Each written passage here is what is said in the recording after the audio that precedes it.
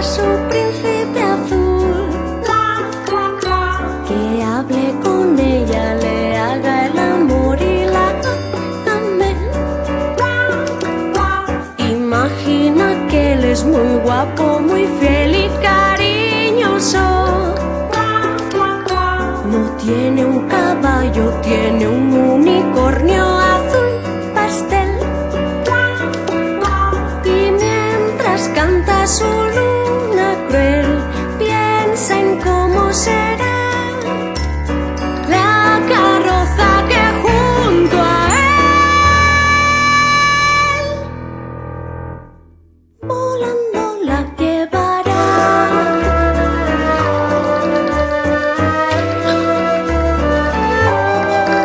Siempre lleva encima su gran chalila por si acaso él apareciera envuelto en estrellas mágicas. La gente la mira, pero ella no sabe ni que están ahí. Sonríe y disfruta tocando sus manos cálidas. Canta su luna cruel, se fuma otro crack con el humo del cual ve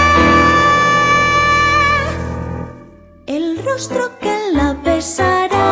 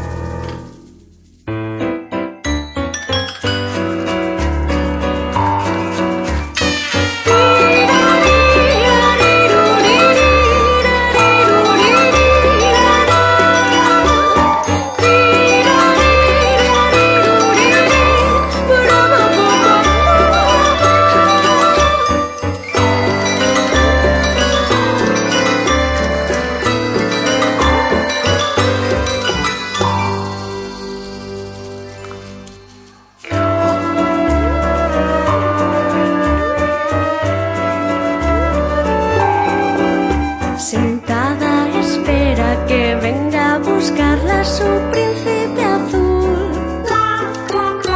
que hable con ella, le haga el amor y la ame.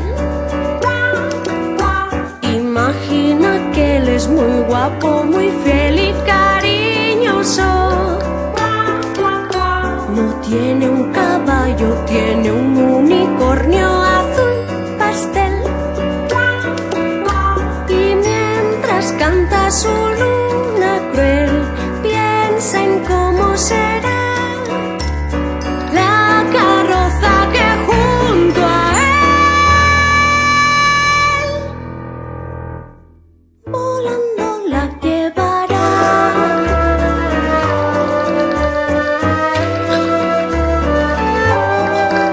Siempre lleva encima su gran chalila por si acaso él apareciera envuelto en estrellas mágicas.